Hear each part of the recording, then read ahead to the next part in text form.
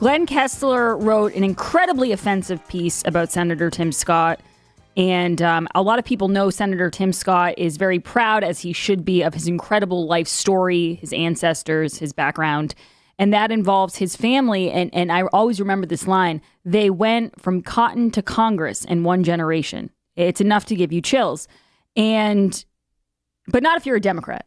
I should clarify, because the Democrats, especially Glenn Kessler, wanted to fact check this. And of course, I couldn't come up with anything. I mean, it was a true story. There's no lies in it. So they just kind of denigrated the story as best they could and implied that somehow his story wasn't as remarkable because his family owned land. And it's this kind of mentality that I think is exactly what we think of when we say liberals are actually racist. Because Joe Biden said it once to Charlemagne. He said, if you don't vote for me, you ain't black. And this is Glenn Kessler's version. Tim Scott is Republican. He thinks differently than Joe Biden. So his story doesn't count. And it's incredibly offensive. And so I was on my Twitter, I was going through, and I saw this great tweet from Paris Dennard. There are no words for how intentionally offensive this headline is trying to fact check the family of Tim Scott. For his grandfather and family, please apologize for reducing their amazing story to a tale. And it's not a little known fact that blacks own land. We know. Paris Dennard is the GOP national spokesperson and director of Black Media Affairs. He's very talented, and you guys should check out all of his work. Paris, thank you so much for joining the Grace Curley Show. Hey, thanks for having me. It's a pleasure to be with you. Paris, let's break down exactly why Glenn Kessler wrote this story, what he thought he was going to accomplish with it. And do you think, my real question is, do you think he's going to apologize? So the reason why Kessler wrote this article, and I consider it to be a hit piece, is because he wanted to attack Senator Tim Scott because he's giving the response to Biden's address to Congress. Right. And so he wanted to find a way to tear him down. And look, this is how Democrats and liberals play the game right now. They do it along the lines of race.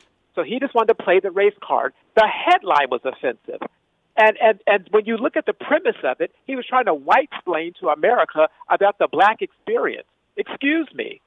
Black people own land. Yes, that is true. But even if that is the case, that Tim Scott's family had 900 acres, 1,000 acres, 2,000 acres, to go from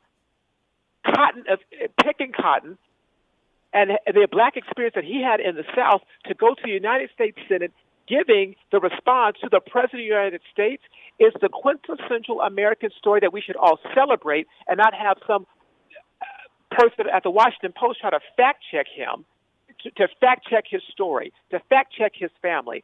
And you asked me, should he apologize? Or you actually said, will he apologize? The answer is probably not. You know what they do? They double down on their ignorance. They double down on their racism. They double down on their bigotry. I'm still waiting on Joe Biden to apologize for the things that he did in the 1994 crime bill. Has yet to happen. And yet the ramifications of it are still hurting black families across the country. That's what liberals do. They don't care about the ramifications of their words. Maxine Waters, still waiting on your apology as well.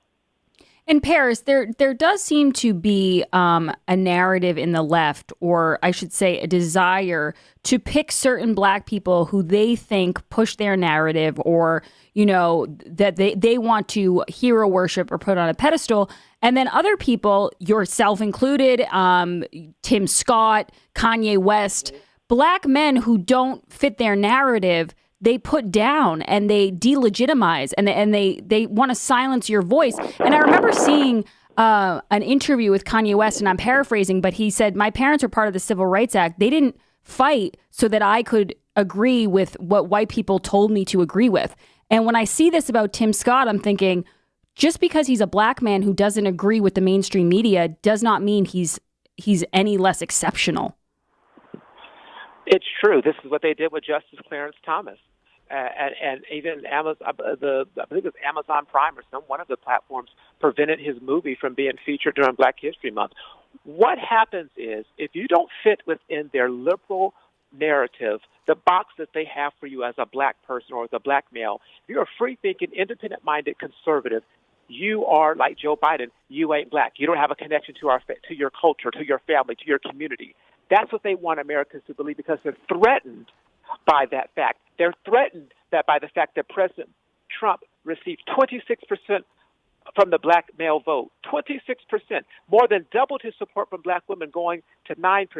That intimidates them because if they have the stronghold on the black community, if they have the stronghold on that in the Democrat Party with the vote, they know that they can win elections into perpetuity. But if you have a Republican like Donald Trump, if you have people listening to Senator Tim Scott and others, and changing their mindset on what it means to be an American and the conservative principles that can help in terms of free enterprise and empowering and uplifting communities, you know what's going to happen?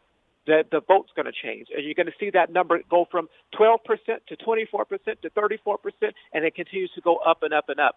That's what they're afraid about. That's why they try to cancel us. That's why they try to have these salacious headlines, and that's why they're attacking great Americans like Senator Tim Scott. It's offensive. I absolutely agree with you, and I think that's why they hit so below the belt and they do things that are really racist because they're panicking. There's a real panic that sets in when especially a strong black man decides, you know, I'm going to be a free thinker and I'm not going to necessarily agree with everything you're telling me to agree with. I see it in the mainstream media. There's this absolute, they push the panic button and they start trying to discredit that person. They start trying to convince that person that they're crazy, that they're, you know, like you said, you ain't black. And it's just, I'm so, the only thing that's surprising me, Paris, is that not more people see this for what it is. Mm-hmm. Well, it's because the mainstream media is in the pocket of the Democrat Party, and they just keep pushing out their talking points. And you know who else is under attack? Women, conservative women. If you're a conservative woman, they try to just belittle you. They try to say, oh, your accomplishments don't matter. They try to attack you and say that you're not connected with your femininity because you might be pro-life. This is what they do to conservatives. So it's not just black conservatives or black male conservatives. It is all conservatives. We have to stand united together and push back on this false narrative and help educate the public. And this is why your program is so important, because you allow your listeners to hear the truth. And we need more people like you. Thank you, Paris. And I would say the same thing to you. And you're making me think of something. I was talking to someone this morning and I was thinking, every time you have an argument with a liberal, I used to be afraid of that. I was like, oh, I don't know if I have enough, I don't know if I have enough facts on my side.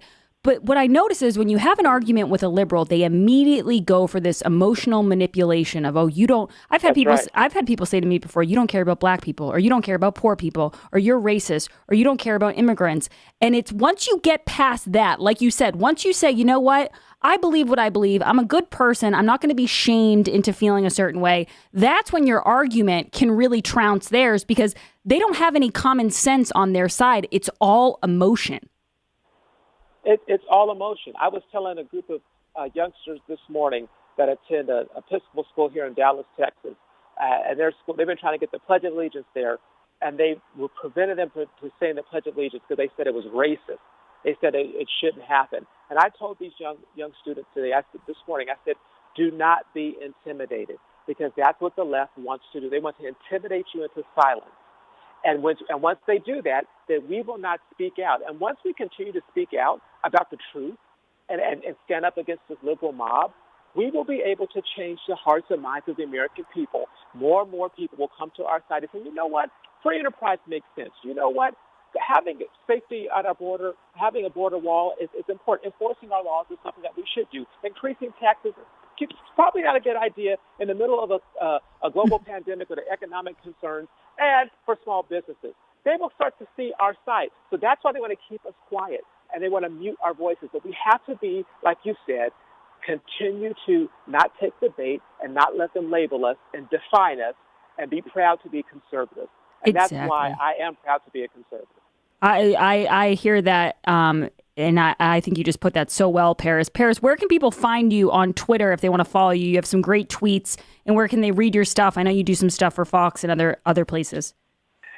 Yeah, if you go to my Twitter, which is at Paris Dennard, ParisDennard, you can follow me there. And you can see a lot of the videos and things that I do at the GOP Twitter account as well, and our YouTube page. for the RNC. A lot of my stuff is there also. Thank you so much for coming on the show, Paris. We hope to have you on again soon. I hope so. Thanks so much. He's absolutely right. You know, I'm glad I waited on my rant, Jared, because that's exactly what I want to talk about, is the gaslighting and the emotional manipulation that's going on right now in this country to conservatives and how you can't fall for it. You got to stand up against it. The Biden administration's policies and executive orders are already causing some economic disturbance. Tax laws are going to change. Your tax burden on selling real estate will grow. Like Paris said, it's not a good idea right now to start raising taxes or increasing people's burdens. A lot of people already feel very burdened right now. But that's not going to stop the Biden administration.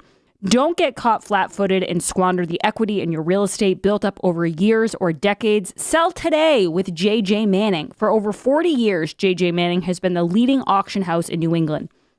From high-end homes to estates to commercial properties throughout New England, J.J. Manning can get your property sold fast and contingency-free.